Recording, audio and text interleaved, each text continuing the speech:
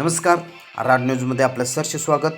मुख्यमंत्री देवेंद्र फडणवीस, आरोग्यमंत्री प्रकाश आंबेडकर यांच्या नेतृत्वाखाली महाराष्ट्र शासनाच्या मुख्यमंत्री प्रशासकीय गतिमान अभियान आरोग्य विभागांतर्गत ज्येष्ठ नागरिक तपासणी शिबिराचे आयोजन आयुष्यमान आरोग्य मंदिर हिंगणगाव येथे करण्यात आले. यावेळी शिबिराचे उद्घाटन लोकनियुक्त सरपंच दीपक पाटील यांच्या हस्ते, तालुका आरोग्य अधिकारी डॉक्टर प्रसाद दातार, वैद्यकीय अधिकारी डॉक्टर अभिनंदन पाटील यांच्या उपस्थितीमध्ये झाले.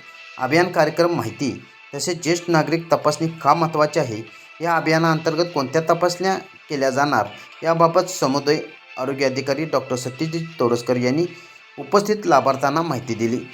या शिबिरामध्ये 85 रुग्णांची तपासणी करण्यात आली. रुग्णांचा रक्तदाब, मधुमेह, हाडाचा आजार, ज्येष्ठ नागरिक आरोग्य समस्या या आजारांची लक्षणे तपासून उपचार देण्यात आले. शिबिर पार पाडण्यासाठी आरोग्य सेविका संजीवनी हजारे, आरोग्य सेवक संदीप मगदुम, आशा सेविका आदींनी परिश्रम घेतले. महावीर पाटील, बापूसाहेब पाटील, विश्वास कोळी, प्रकाश पाटील यांच्यासह मोठ्या संख्येने नागरिक उपस्थित होते. आर न्यूजसाठी राहुल रत्नपारखे, हिंगणगाव, कुंभोज.